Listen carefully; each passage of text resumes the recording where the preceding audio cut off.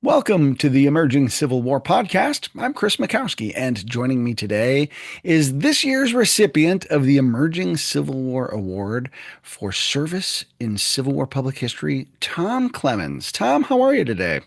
I'm well, and yourself? I'm doing well. Congratulations on being selected for the award. We're going to talk a little bit about why you're so deserving of it, but congratulations. Well, thank you. And part of this, I'm sure, has to do with Safe Historic Antietam Foundation. And I would hasten to add that I get to be the president, but believe me, I don't do all the work. There's a lot of people involved, and I just get the credit. So it's an anniversary year for the Safe Historic Antietam Foundation. Let's start there. Tell us a little bit about what the foundation is and what the work is and how you're involved. Well, I'm thrilled to talk about it because we basically started the modern battlefield preservation movement.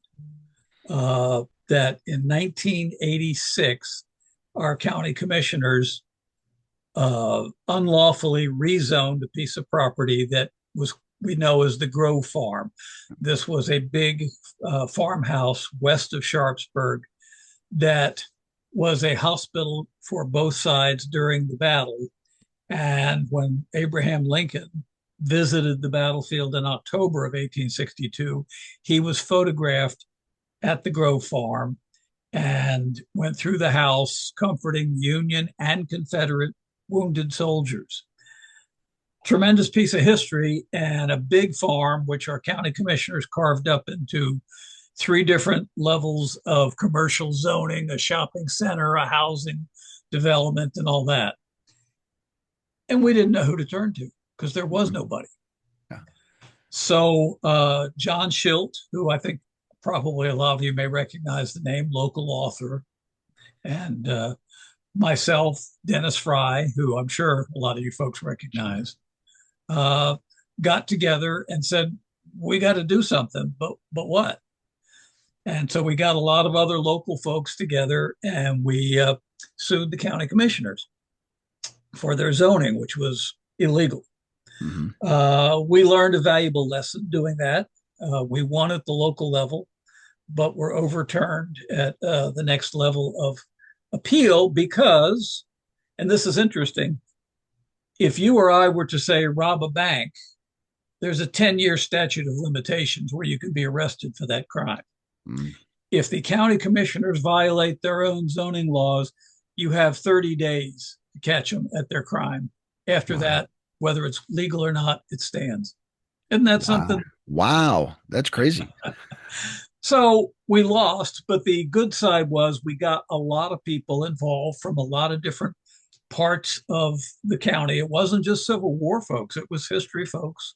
We had one of our local judges' wives as a prominent member of the organization.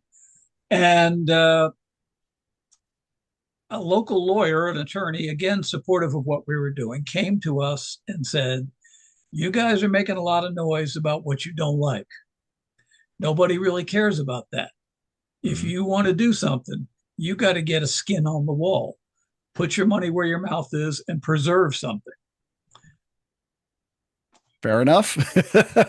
And so a couple of weeks later, a house in Sharpsburg that literally had a shell in the side of it from the battle was three doors up from the what was then the American Legion Hall at Sharpsburg. And they put it up, the owners put it up for auction. The Legion wanted to buy it to tear it down and expand their parking lot. Okay. And we said, no, we're going to try to buy this thing. Now, this is 1986. So, money wise, well, how much can we spend on this? And we looked and we said, we can't spend more than $20,000 because, Yeah. we don't have any income. I remember what. So we sent one of our reps to the auction. He came back and he said, we got the house. And I said, okay, how much? He said, 22 and a half. And I went, oh my God, where are we going to get that kind of money? Now, in 2026, that sounds ridiculous. Yeah, right. But we started sending out letters to roundtables Mhm. and other people. And by golly, we never missed a payment. Mhm. We sold the house to somebody who completely restored it. It's still there. But what that did was that inspired folks like Will Green and Dennis and Bob Crick and others to form the APCWS, Right. the Association for Preservation of Civil War Sites, which started in '87 and has now evolved through more terms than I want to get into, but is now the American Battlefield Trust. But we're Yeah. actually a year older than them. Yeah, there's a whole parade of alphabet acronyms that turn into American Battlefield Trust. You need a scorecard. Yeah, you can turn yourself into tongue twisting, but and then of course, other groups joined in. We got, the Brandy Station folks, Brian Pohanka and Bud Hall and I can't think of the other gentleman's name, tried to save Chantilly Mhm. when Chantilly got trashed. Oh yeah, right, right. And so it just all of a sudden, other battlefield preservation groups sprung up. But we didn't have any guidelines, any plan. We were just making it up as we went along. Yeah. And And we just and got lucky. for folks who aren't familiar with sort of the long history of preservation, Antietam sort of set a poor precedent when the Park Service is finally deciding to set aside land or I guess the War Department is finally setting aside land and saying like, we don't need big chunks of battlefield. We're just going to buy these country roads and some lines of monuments, but we're going to let the fields stay fields. Tell us a little bit about, what's the precedent that sets and why did that become such a problem in the 20th century for battlefield preservation? Yeah, that's a good question. I mean, at the time that Antietam was being laid out, and we were I believe, second or third from Congress in 1890, creating battlefields. Uh, Sharpsburg was still a very rural, agricultural based community. And so the idea was, well, we don't need to spend a lot of money buying land. These guys are going to be farming. So we just make avenues through here and everything will be fine. For 75 years, they were right.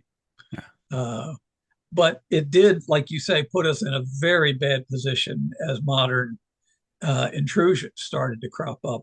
And it was kind of one of those, well, everybody doesn't want it to happen, but we don't know how to stop it, Yeah. Yeah. you know? And that idea like, yeah, we're not necessarily going to be farming this farm forever because I can put 100 houses in here and sell it for a big chunk of change, which then suddenly gets really expensive if you're trying to preserve that land because you're working against developers. Yeah. Yeah. And I mean, if the developers get there, you're too late. Yeah. You know, Yeah. I mean, we've learned that lesson with Chantilly and other places that, and so that was the strategy. And we had some very good luck along the way from, I think, about, oh, let's see, John Howard was the superintendent from the mid Okay. 90s up to like, I think 2012, 2015, somewhere in there. And over half of the authorized boundary of the battlefield came into federal possession during his administration.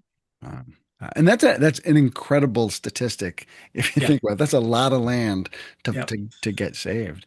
Yeah. One of the other things that was sort of a boomerang effect from SHAF forming is our county put together a committee of preservation minded folks, farmers, some government folks, and said, okay, we hear you guys. How are we going to preserve this? And what we did was we created some special zoning areas where, there were limits of housing, there were limits on visual intrusions, et cetera. It wasn't a lot. Yeah. But that inspired the governor of Maryland at that time, William Donald Schaefer, who had a secretary of transportation by the name of James Lighthizer. And there was a federal fund, one of those acronyms, I think it was ICE-T, Intermodal Surface Transportation Enhancement Okay. Authority, to enhance the scenery of state roads. And Lighthizer said, well, there's state roads all around Antietam. Okay. And so he sent state people out with our help. We made the contacts and they bought the development rights on 4,800 acres around Antietam's 3,200 acre boundary. Wow. so that we have an 8,000 acre preserve that will never be developed. And that's bigger than some skirmish that happened up in Pennsylvania. I mean, that's incredible. Yeah. And to me, like, yeah, of course, I go to Antietam and I think, gosh, it's so beautifully preserved and you're really stepping back into time. Like the preserved nature of the battlefield is an integral part of the experience and the character of the battlefield. And to think that supervisors were willing to just start carving that up and auctioning it off. Well, and we've now, I think, raised the awareness, and I hate to do cliches, but that's kind of what we've done. Yeah. And we have been very fortunate that the town of Sharpsburg is not interested in growing nor developing, that they actively don't want to commercialize Sharpsburg. Yeah. Yeah. And that was a good thing. And that continues to be a really important part of the charm of going there. Absolutely. I mean, again, this was a lesson I learned, and you're a bit younger than I am, but when I was taking classes at George Mason with Joe Harsh, who was my mentor, and a lot of people have never heard of him, but a brilliant Civil War scholar. Yeah. Yeah. He took a bunch of us students out to that little 2 acre park in Chantilly and talked about the battle. And I was just entranced. I mean, I could just, the descriptions. But as we walked away from his lecture and got back in the vans, one of the 20 somethings muttered, "Give it up, Doc. It's a housing development." And I Mm, thought, he can't see it. yeah. I can. I can use my imagination, but they need to see the real thing. Yeah. And that's why we've got to preserve the land, Yeah. because they can't stand there and imagine. We Mm. have to have that scenery. So tell me about some of the other highlights that SHAF has accomplished in its 30-year history, because you guys have not rested on your laurels, or 40-year, yeah, excuse me, yeah, 40 40-year years. history, yeah. So I'm a writer. Nobody said there'd be math involved. That's Exactly. it. Um, we've actually done a lot. We bought part of the Grove Farm uh, not long after all this blow up occurred. Was the savings and loan crisis, and some developers had been hot potatoing with this property. Somebody bought it for 300,000, somebody bought it for 500,000, blah blah blah blah. All of a sudden, and so we bought 40 acres that was going to be a housing development for $300,000. Yeah. We were helped over that. We were helped again by the state of Maryland. Governor Schaefer came out for the ceremony. Grant DeHart of the Maryland Environmental Trust kind of took us by the hand and showed us how to get grants and all that sort of thing. And we saved a good bit of the Grove Farm, including the property where the famous photograph of Lincoln and Mhm. McClellan was taken. We don't own the Grove Farm house, but we own where that picture was taken. And actually, there is a wayside there now that you can pull over in a car, and there's tablets to get out with the picture and say, here's where this happened. Mm, yeah. But we did a lot more than that. We bought more properties, either on our own or sometimes in conjunction with the APCWS, and then later the Civil War Trust and Civil War Battlefield Trust, or Civil War Preservation Trust, which became Civil War Trust, which became American Battlefield Trust. But anyway, yeah, we most recently we cooperated with them on 3 properties, 2015, 2016. There was a house that was in the North Woods that went up for auction, and the trust bought it with some money from us, and then we demolished the house and restored the property. Uh, the next year, a similar thing came up. If you were around the battlefield prior to 2015, you may recall that when you came through the East Woods, there was a house sitting in the East Woods Oh, yeah, right okay. along the tour road. And the lady who owned it had sold it to a young couple. And he actually put a huge barn in there. It was zoned agricultural. So he said, I'm going to put up a barn and run some cows. Well, what do? Is he put up a fence, put up a barn that you could drive a school bus through Uh, with a foot thick concrete pad. And all of a sudden he was working on diesel engines in there. gotcha. Right. And so the park went up and said, this is a violation and whatever. And I was with him and he said, my wife and I are getting divorced and I'm going to have to sell this. Uh, And I said, I know just who to call. So we called the Civil War Trust. uh, And again, we went in joint money with it and we demolished the house and the barn. And you ride by it today and it looks like woods. yeah. And I don't mean to chuckle at that poor fellow's misfortune, but boy, what great timing, Oh, you absolutely. know, yeah, wow. And what we call the epicenter of the battle. And again, some of your listeners, viewers may recall this. When you're driving around the tour road and you get to the cornfield stop and you stand there at that interpretive tablets, which way are you facing? North, toward Yeah. the cornfield. Because behind you in that 15 or 20 acre triangle was a house and a barn and several outbuildings that were all privately owned. It had been built by one of the daughters of David Miller's family Oh, wow. Okay. in the early 1900s. Yes. And the irony is there are a whole lot more people killed and wounded in that triangular field than were ever killed in the cornfield. Mm, But the park doesn't interpret ground they don't own. right. Right. So stand there and look at the cornfield. Don't look behind you. And as the years had gone by, the fellow who farmed there passed away. His wife was there. And finally, she just decided that it was time. And again, the trust and us went in together, bought the property. There was a huge tree line down the middle of it that you couldn't see the east woods from the west woods, vice versa. We went in with volunteer labor and cut out a lot of those trees, except Wow. the very big ones, and then paid to have a demolition company come in, demolish the house, the barn, the tree line. And there's that beautiful triangular field now that is in the Park Service. Yeah, I mean, that was a big deal when that finally came into the Oh park. my. Yeah. Yeah. Yeah. Yeah. Now you've mentioned a couple times about demolishing some houses, and some people might say, "Well, gosh, aren't they the Save Historic Antietam Foundation?" But tell me about the importance of landscape restoration because I think that that's a key element to this. Absolutely, Chris. Yes. This all goes with what I was saying earlier. You've got to be able to visualize.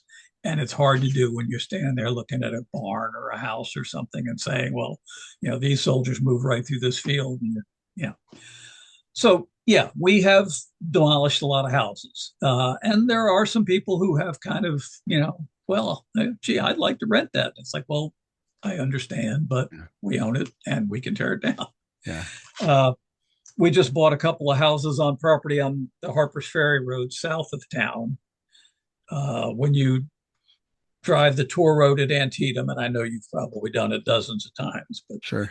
uh, you go along the branch avenue and then turn up and come onto the Harpers Ferry Road and make a right turn back into the town of Sharpsburg. Yep. That bluff that's to your left, when you make that turn, there was a house up there and a house trailer next to it that had been the roof had blown off it and it sat there for 3 years like Uh, that. And the house came up for sale. Now, this is outside the park boundary. So we stepped in and bought the house, kind of one of these deals where doing your homework counts. yeah. Yeah. So we looked at the house. The source of water for the house was a cistern. In other words, they collected rainwater, filtered it, and drank it and used it to wash their dishes and clothes. And Washington County said, we no longer allow cisterns as a source of water. Oh, okay. So we went to the owner and said, we know you're asking X number of dollars. We know you can't sell it the way it is as a move-in house. So we'll offer you this much less than X and we'll pay cash and we'll take it as is. And deal. Cash speaks, doesn't it? It's Yep. Yep.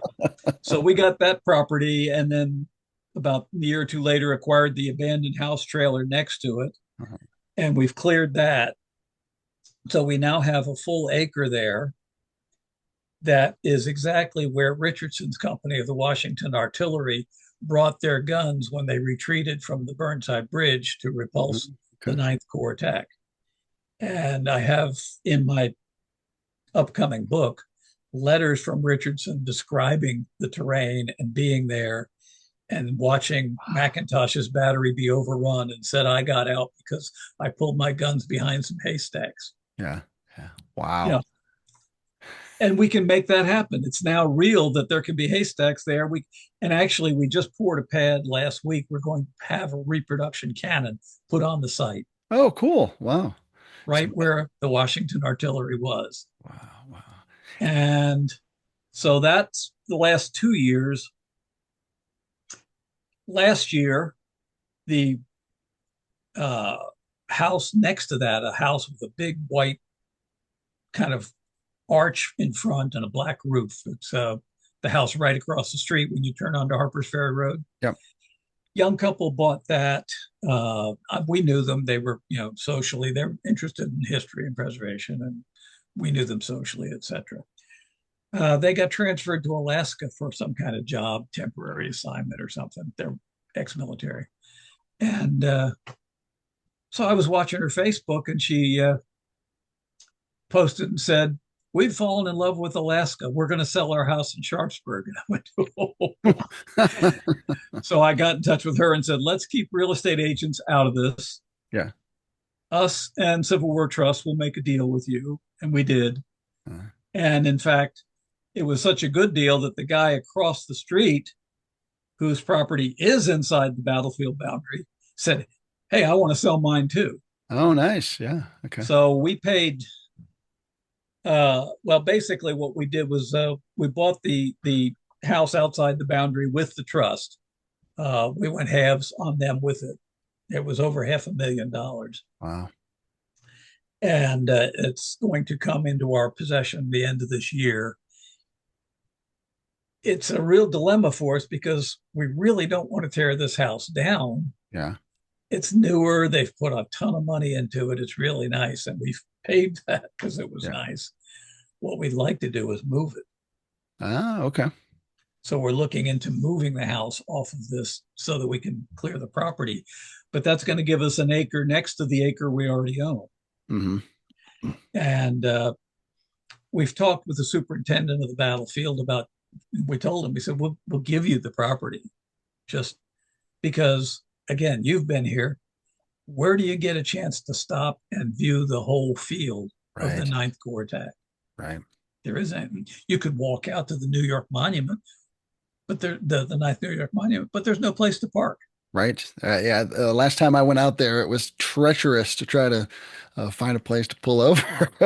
Yeah. And I mean, if you're in a motor coach, forget it. Yeah. Yeah. So, what we're hoping is that we can turn this into a spot where people can stand there and look at the whole panorama of Ninth Corps attack. Yeah. So Now that's, go ahead. I'm sorry. you've mentioned a couple times about how you've worked with the trusts to work on this project or that property, and some people don't quite understand how like the trust as a national oriented organization works with an organization like SHAF, which is very locally based. You want to talk a little bit about like why that partnership is so important and how it can be so effective? That's a great point, Chris. Yes, absolutely. I mean, the Trust is a wonderful organization. It's big. They've got some great people, but they need the ears and eyes of the local people to know where the problems are. Not everything is obvious. And opportunities like this come up that they probably would not have heard of because it's not inside the battlefield. Nobody in the park is going to say, "Hey, Trust, help us out." Uh, and that's why they count on groups like SHAF and like the Central Virginia folks and all these other groups that have started, that we all work cooperatively with the trust, that think nationally, act locally. Yeah, that's a great way of putting it. Yeah. Yeah. So let me shift gears just slightly because, going back 40 years ago and The grow farm comes under threat, and you're one of the people who initially gets involved. So, 40 years ago, you're already invested in this battlefield. What's your Civil War origin story, and how did you become Antietam oriented? Oh, golly. Well, I mean, I grew up as a elementary, uh, middle school kid during the centennial. Yeah, okay. And, so I was interested in Civil War that far back. Uh, got interested in, I majored in history in college. Uh, Interestingly enough, I was raised in a teacher family and swore I was never going to be a teacher. You know how that goes. Yeah. Anyway, but got interested in Civil War, did some living history and reenacting, and wasn't living out here at that time, but wanted to move out here. And so I started applying. I was at that point on a college faculty. And so I applied to every college from Harrisburg, Pennsylvania, down into Harrisonburg, Virginia, trying to find someplace out here where I could locate. And Hagerstown Community College said, "We have an opening." And I went up and interviewed, got the job. So here I was in Okay. Hagerstown and went to the Hagerstown Civil War Roundtable in September of 1978 Okay. and met John Schilt, who was already a published author and had written a book about Antietam back in the 60s. Met a very dynamic college student named Dennis Fry, Yeah. and just became hooked. I went to every meeting of the Civil War Roundtable. I, was doing living history and reenacting up and down the whole Maryland, Pennsylvania, Virginia area. Was heavily involved in the 125th anniversary stuff Okay. at a number of the battlefields. So, and what is it about Antietam particularly that has resonated so strongly with you? Antietam is, I think, in a lot of ways overlooked as its importance in the battle in the war. Now we can all argue about this. You're as good a Civil War scholar, as I am, but I see three major turning points in the Civil War. One of them is the fall of 1862, Hmm. when you have got five Confederate armies moving northward. You've got Braxton Bragg and Kirby Smith going into Kentucky. You've got Marmot, what's his name, out west of the Mississippi River, moving up through Missouri, and the Maryland campaign. That doesn't happen any other time in the war. Yeah. I mean, everybody talks about Gettysburg. Well, whatever happened or didn't happen on July 1, 2, 3, on July 4, Vicksburg surrenders. Shortly after that, Port Hudson surrenders. The Mississippi River is in Union hands, and the war is over. Yeah. Full stop. So, that's a turning point, but so is Antietam. Yeah. And I think Antietam was a much more dangerous campaign for the Union in that I think Lee came closer to accomplishing what he wanted to do in the Maryland campaign than any other time. Yeah. I mean, it was a really close thing. Is there one specific thing that you would say, like, this was kind of how it fell apart for Lee, or this is the moment it fell apart for Lee? Well, I would say South Mountain. Okay. Now my good friend Dennis Fry will argue it's Harper's Ferry, which Yeah. delays Lee 3 days, and I think the argument can be made either way. But the point is that he gets caught with his army widely separated and has to all of a sudden dramatically change his plans. Uh, Now, my argument is that yes, as soon as he gets to Sharpsburg, he's sending his wagons across the river and blah, blah, blah, blah.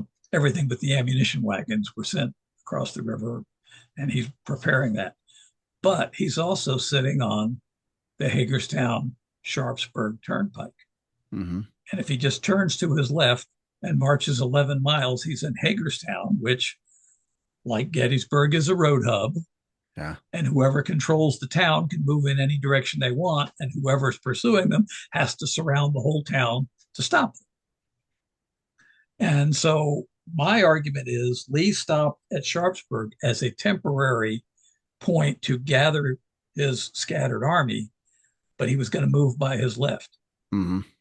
And when McClellan sent Hooker's corps across the creek on the night of the 16th and Mansfield to support him, he can't do that anymore. They Closes the have door. Yeah. they've blocked the Hagerstown Turnpike. And now Lee's got to fight with his back to a river, outnumbered, and his army worn out. Yeah. Because So of it course, a lot of people who study the campaign, they think like, why does Lee pick that position? He's got a river to his back. That seems like an awful spot. And as you suggest, like probably because he wasn't planning to stay there. exactly, Yeah, he was going to move. It's yeah, just waiting for Jackson to get there with the troops, and he was going to move. yeah, But he's got to put up that bold front to keep McClellan from crossing. And being on the other side of the creek, you really narrow the what they call avenues of approach. hmm, You've got to move across one of the bridges or one of the fords to attack him. And the Antietam Institute, which is a fairly new but very dynamic and great organization, yeah. puts out a weekly kind of arguing point, or let's talk about this. And so this past week it was, well, there were three bridges and Lee only blocked two of them. Why didn't he block the upper bridge? And my answer was, it's a bridge too far. Ba-dum-bum. Boom. And we had a lot of fun. But yeah, I mean, this is what the drama of this campaign is, what I think really attracts me, that there's Yeah, so many times and so many places where things could have gone differently and it would have made a huge difference. yeah, yeah. So go ahead. No, I've always liked the campaign because you can really see Lee adapting in motion to a lot of changing circumstances, and he's still kind of keeping that aggressiveness and that offensive mindedness, and he's not ready. He's not easily shaken from his path, and so he's always looking for, well, how else can I make this work? How else can I make this work? And I'm sure you know this, but of course, some of your listeners may not, that even when he leaves on the night of the 18th, Right? his orders are to go north and recross at Williamsport and come back into Maryland. Yeah. And at that point, you just want to say, "What are you smoking?" His army's wrecked, and it's the Battle of Shepherdstown that essentially convinces Lee that the army is wrecked. Yeah. Yeah. And so, I like to say the Battle of Antietam ends at Shepherdstown Ford Yeah. because Lee's leaving Maryland to re-enter it, and McClellan is pursuing Lee, and both armies decide after Shepherdstown, we're done. Yeah. So, and I've had that discussion with our good mutual friend Kevin Pollock, who Oh has yeah, written about Shepherdstown, and and he's the one who really kind of helped me understand like Shepherdstown's really where the campaign ends because Lee wants to keep it going and just finally can't, right? And yeah. yeah, Oh, I really admire Kevin. He's a great young man and yeah. gives me hope that the younger generation is going to follow along in what we've been doing. Well, I'm sure I'm not speaking out of turn. He's a great admirer of yours as well. As we were talking about this year's award and our, various folks we were considering, Kevin had many, many, many good things to say about you. So, He's great very admirer. kind. Yeah.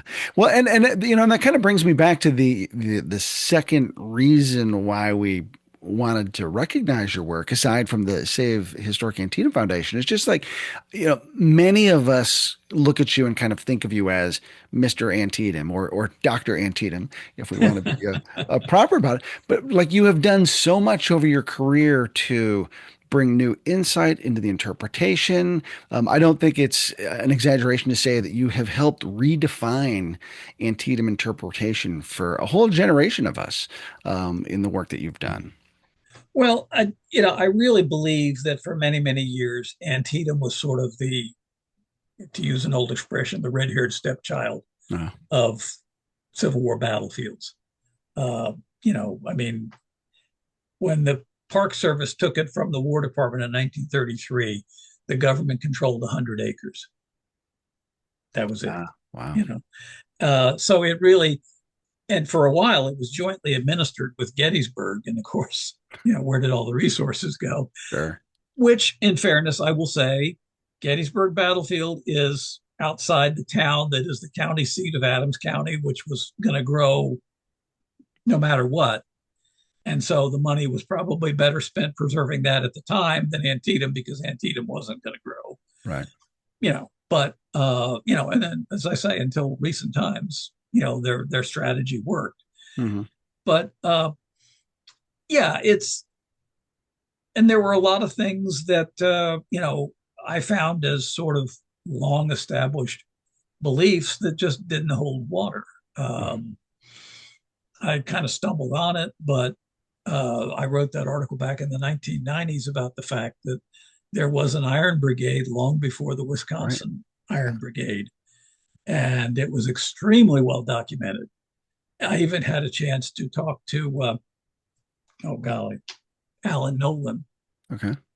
who, in fairness, in his book, said that the whole story about the naming of the brigade at South Mountain just seemed a little too pat. And when I showed him my research, he said, absolutely, you're right, which Yeah. just meant the world to me. Sure. But, there's things like that. The idea that McClellan had his headquarters at the Pry House, Right. and it just isn't true. He's there overnight, and to the average, citizen, well, where the general is, that's headquarters. No, uh, Uh, it's probably not true, but supposedly John Pope sent several messages to Lincoln that were titled "Headquarters in the Saddle." yeah. And Lincoln supposedly remarked that General Pope had his headquarters where his hindquarters ought to be. Um, I can't find any real source that that's true, but it's a good story. It is. But I started looking for the headquarters where it was, and found out that the headquarters is in Keedysville, Huh. the little village between Boonesboro and Sharpsburg. And yes, McClellan used the Pry House as a forward observation area, but it's not his headquarters.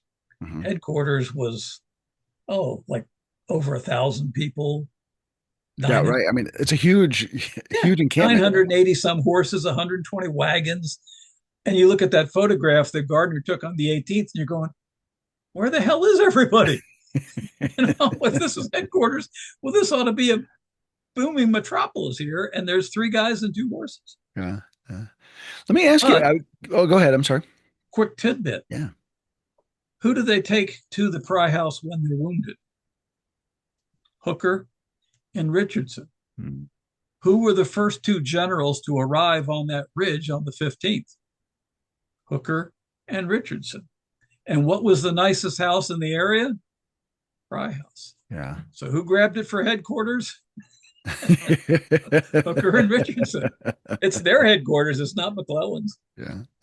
Now, let me ask you, because there might be some people out there who think like, well, why does that matter? Why does a little detail like that matter? I mean, McClellan Yeah. was in the house, so like, does it matter if it's his headquarters or not?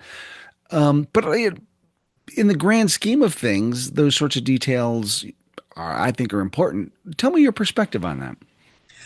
Well, yeah. I mean, this is, getting close to how many angels can dance on the head of a pin, right? Hmm. Um, but I think it mattered just in terms of setting the historical record right. And there is a bigger movement that's going on because, and Corey Farr, I don't know if you know him or Hmm. not. Yep. Okay, he did a very nice talk last night here in Sharpsburg Oh, cool. about his new book about the Signal Corps at Antietam, Okay. which I wrote the foreword for. Uh, And, it's basically history has given us this idea that McClellan is this detached observer of the battle who sits at the Pry House staring through a telescope all day and not really in control. And more, we're finding out that that's just simply not true. mhm.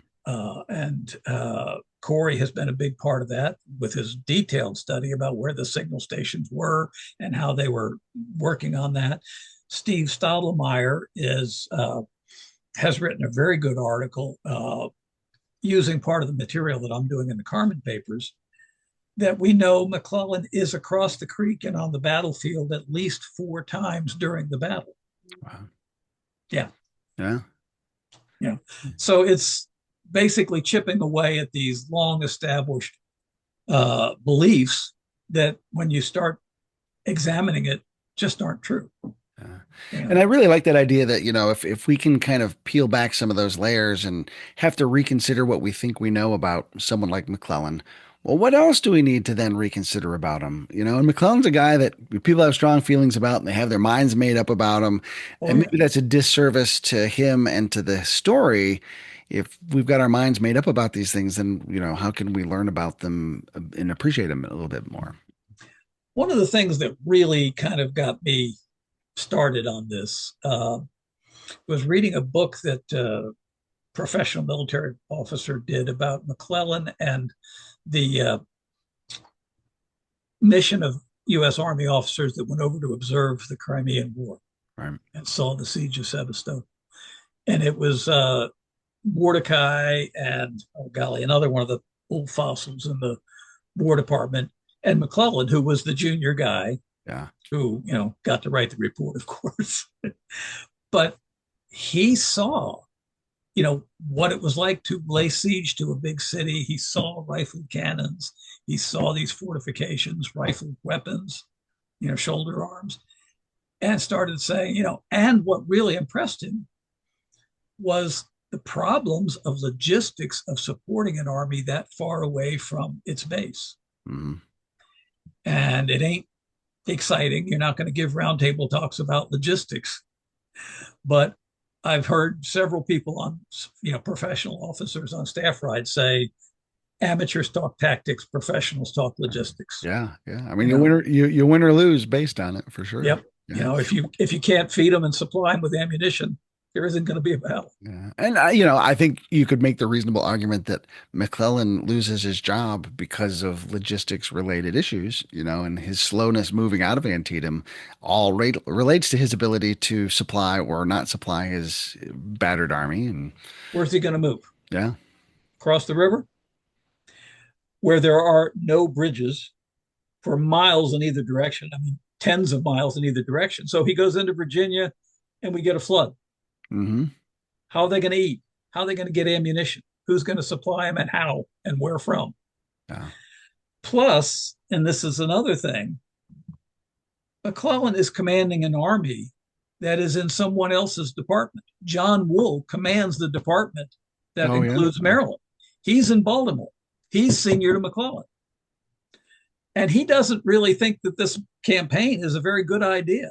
And going across the river is essentially, in his view, even a worse idea. Part of the problem is that we know on September 2nd, Halleck and Lincoln go to see McClellan and say, we want you to take command of the defenses of the capital. They skip over Stanton because Stanton and McClellan do not get along. right, So the order goes out over the signature of one of Stanton's uh, lesser officers. And he's in charge of the defenses of the capital. And he starts putting the troops, and he says, I'm going to ride out and meet Pope. And they said, no, no, no, these troops are under your command till they get into the capital. Okay. 3 days later, they go to him and say, okay, we want you to take the army out. We want you to do two specific things: protect Washington and Baltimore. Washington's very fortified. They've got forts, they've got troops. Baltimore's got nothing, yeah, nothing. And after you've done that, drive the Confederate Army out of Maryland. Even as late as the 16th of September, Halleck is sending McClellan a telegram saying, you've gone too far out from Washington, D.C. Lee is going to cross the river and get behind you and attack Washington from the Virginia side. Don't go any farther out. The next day is the Battle of Antietam. yeah. Oh, why don't you go and chase Lee into Maryland, into Virginia? Well, you told me not to. It's just, you got to look at that end of it. That, Yeah, it's not like McClellan has this free reign to say, I'm in command of this army. I go where I want to do what I want. No, right. there's a command system, and that command system is saying, don't go out there. Uh, We've spent a lot of time talking about McClellan. Someone else I want us to touch on just a little bit, whom you've spent a lot of time with, is Ezra Carman. As My, the editor of his papers, and now you're collecting his papers together for a forthcoming set of resources. Tell us a little bit about your time with Ezra Carman and what that has involved. Fascinating guy. I got into looking at Ezra Carman because I was getting my doctoral degree at George Mason University under Joe Harsh. And Joe at that time was writing his trilogy about Lee, Yeah. that Taken at the Flood is the big volume, but the trilogy. And I had already, established, I thought, a very good relation with Joe. He actually was born in Hagerstown, Oh, okay. he's a local guy. And so we had become friends, and we were, one night commiserating. He was saying, that in writing his book, he said, I'm having to use this Carman manuscript, but Carman had very few footnotes. And I, trying to impress him as a graduate student, said, yeah, how do we know Carman knows what he's talking about? And he jabbed his index finger in my nose and said, I think you just named your doctoral dissertation. And so volume one was literally my doctoral dissertation. Okay. And of course, the committee was not interested in Civil War. And so they asked me for a report. And I said, well, I've got the whole thing transcribed and I've edited about the first 10, 11 chapters. And they said, oh, well, how many pages is that? I said, about 500. Now, that'll be fine. They didn't want to read the whole thing, and I Yeah, knew right. it. I'm sympathetic. But that was the thing was, 19th century historians, and this, they didn't footnote very much. Right. They didn't say what their sources were. And in transcribing Carman and going through it, if you read somebody's writing long enough or listen to them talk long enough, you kind of recognize their voice, the way they put sentences together. Yeah. And so I started reading it, and you get to a point, you say, wait a minute, this isn't him. He's quoting somebody. Yeah. And then I had to go get all the letters and start reading the letters to figure out, so if it's somebody in Hood's brigade, okay, I need to get the Hood letters and see. And sort of, through that, I got to really become comfortable with Carman. Ted Alexander, who was the historian at Antietam for many years, was a big supporter and help to me. I Yeah. mentioned him in the dedication of one of the books. And Antietam Library had a collection of some of the letters, and there were some in the Library of Congress and some in the National Archives that Ted had copied for Antietam, etc.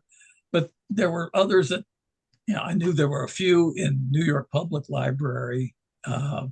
There were a couple letters in the Chicago Public Library, and evidently Carman was using what we would call stringers, guys that would collect letters and forward them to him Okay. in various localities.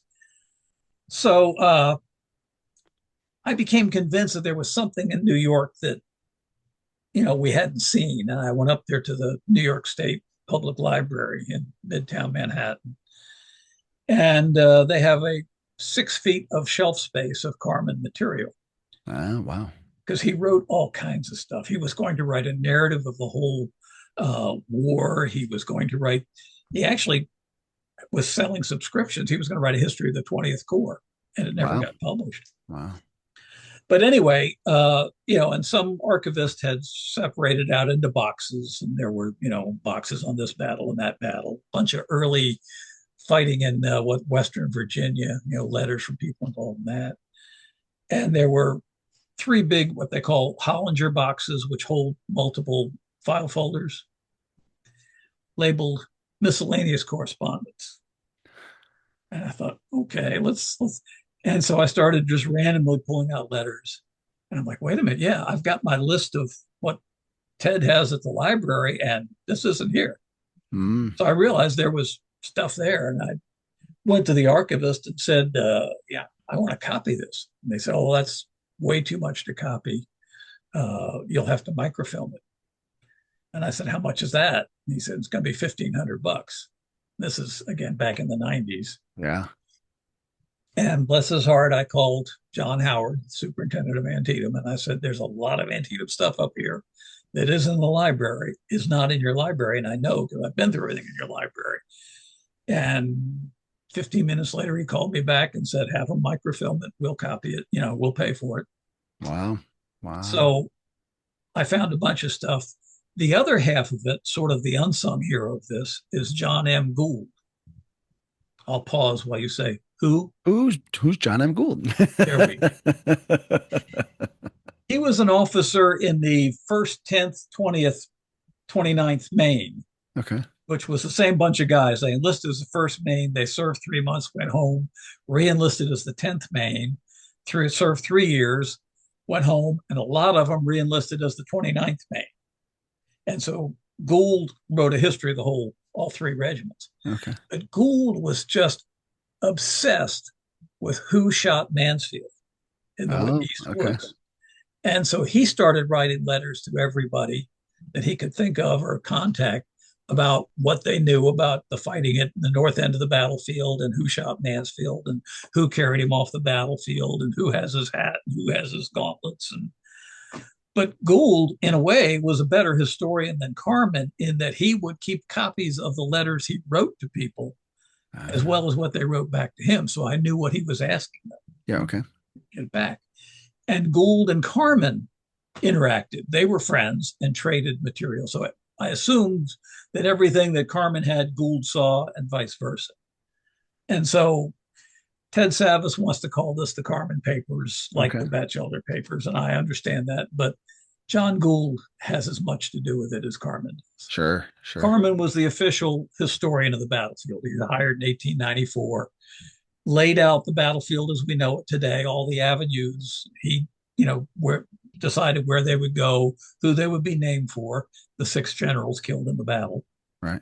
Uh, you know, he created what we know of as Antietam today, but he did it with a lot of help, and Gould was part of the help. And so I had to get Gould's letters as well, which are up in Dartmouth in New Hampshire. Okay. And I, behind me here in this credenza are all the letters in. Oh my gosh. I can only just see just a little bit and it's already just file tab Oh, after file tab after file tab. yep, yep. But I had to understand what he did, what he put together in the manuscript, because Yeah. and he really was the father of the whole Antietam. He wrote the text of all the cast iron tablets that you see around the battlefield Hmm. and had them cast. One of the chapters in the book is a huge back and forth between Carman and uh, Baldy Smith and Franklin, because Carman had on one of the tablets that Smith's advance was checked. And Smith was like, I wasn't checked. I wasn't ordered to go forward. And they just, until finally Carman changed. But, so I mean, when you look at Antietam battlefield today, this is the battlefield that Ezra Carman laid out, Yeah. and practically single handedly. And then in 1904, he was transferred to be the chairman of the Chickamauga Battlefield Commission, which is why the tablets at Chickamauga look strikingly very much like the tablets at Antietam, Yeah. Okay. Yeah. because he used the same company to make them. And so he was down there at Chickamauga and died on Christmas Day of 1909. Oh, wow. Wow. And is buried in Arlington. If you're standing on the steps of the mansion, you go about 50 yards to your right and halfway down the hill, and there's Carman Yeah. buried there. Yeah. It's hard to overstate his impact on Antietam and the battlefield and our understanding of the battle. And obviously you spent a lot of time annotating his history and now working through his letters. What do you think of the guy? He really, I think, personifies dogged pursuit of facts. Yeah. I mean, he really does. He was a very good historian in his own way. And, he would come out and stay at Sharpsburg for weeks, months at a time. He was getting paid part of the time, but a lot of the time he wasn't. Hmm. Uh, in his diary, which is in the New Jersey Historical Society, uh, he wrote that he was in 23 battles during the Civil War. Wow. But Antietam captivated him right Yeah. after the battle. He said, I'm making a map, and him talking to people in the community. Uh, and even when he was there as a superintendent, he was soliciting letters and maps from some of the civilians. There's letters from David Miller, letters from Sam Poffenberger, Oh, wow. letters from Sam Mumma Jr. And other sons of Sam Mumma. Yeah. You know, he just became obsessed with Antietam. And even though he put together lots of other stuff and had gathered all sorts of material, Antietam seemed to be his overriding obsession. Uh, Understandable. It's a fascinating place. I totally get it. Well, yeah, and I mean, as you can see, I'm sort of obsessed with it myself. So how long until we'll be able to see the Carmen papers in publication? I am looking at the proofs of the layout right now with the maps put in. And Mhm. I say maps, not Carmen's maps. Gould and Carmen both created a outline map of the properties of the battlefield and would send it out to these veterans and say, mark on here where you were. Oh, wow. And so there are over 200 of these maps that will be there and over 2,100 letters from guys that were in the Battle of Antietam and their memoirs of, what they remember. And, you know, it's 30 years later. Some of them are pretty foggy, Sure, sure. Yeah. but some of them, there's one that still I can just call to mind. It's a guy in 16th New York, 6th Corps, wasn't in the battle that day, but the next day he's killed on the, well, this guy isn't killed, but he's talking about the 18th of September. And Carmen had written and said, can you describe where you were and what the terrain was like? And this guy writes back and says, I can describe it very well because I was talking to my friend and he names this guy and he says, my parents died. His parents took me in. We grew up together. We went into the army together. I was laying on my side with my head supported on my elbow when a bullet passed under my head and hit his body with a thud. Wow. He's killed. And he says, I can see every feature of the terrain today as clearly as I did 30 years ago. Wow. And I tell you, when I read that one, I just pushed back from the desk and said, I got to just Yeah. take a moment here. Yeah. It's Wow. just, it's just emotionally it's like, wow. Can Yeah. you imagine writing a letter like that? Man. You I know, can't wait for the opportunity to read those letters. I mean, that's going to be a great resource. So what's next for Tom Clemens on the horizon here? oh, I think I'm going to be done with any big projects. Uh,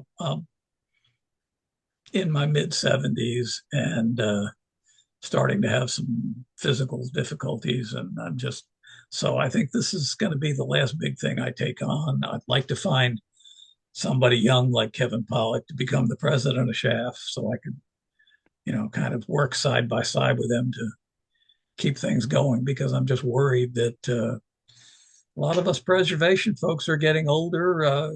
Bud Hall, Will Green, yeah. we're all and some of the ones that we've lost already. Brian Pahanka was a good friend, and oh, how I miss him. Yeah. Yeah. But yeah, so I may write a few articles and do a few other things. Still get out and do some tours every now and then. Yeah. But Well, let me tell you, Tom, on behalf of all of us at Emerging Civil War, on behalf of the larger Civil War community, thank you so much for all that you've done to enhance our ability to understand and enjoy Antietam and its battlefield. well, I've got to say that I am very flattered and honored to be recognized. And again, it's a whole lot of people other than me, but you know, I'm just happy to share what I've been able to learn with folks who are interested. Well, thank you so much. We appreciate it. Thank you, Chris. I'm Chris Mackowski on behalf of Emerging Civil War. Thanks for being with us. We'll see you online and on the battlefield.